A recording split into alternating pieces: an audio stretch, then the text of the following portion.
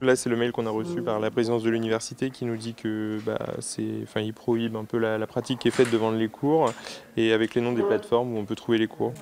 Des cours vendus illégalement par des étudiants. L'université s'en aperçoit il y a quelques semaines et se penche sur ces plateformes.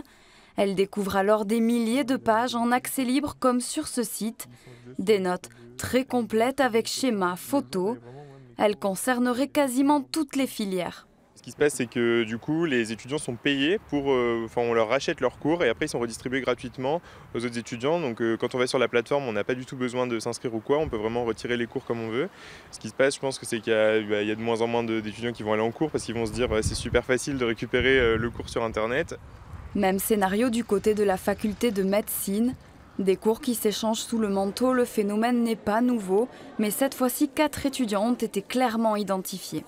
Revendre leur note personnelle, c'est leur propriété, ils font ce qu'ils en veulent. En revanche, les étudiants n'ont pas le droit de revendre ce qui ne leur appartient pas, c'est-à-dire en l'occurrence les possibilités des profs, les chapitres de livres, etc. La revente de ces cours, c'est un délit, c'est de la contrefaçon et c'est surtout une atteinte à l'intégrité intellectuelle des enseignants-chercheurs qui produisent ces cours. Donc c'est la raison pour laquelle, dans une démarche qui reste de prévention, l'établissement a choisi d'alerter la communauté universitaire dans son ensemble.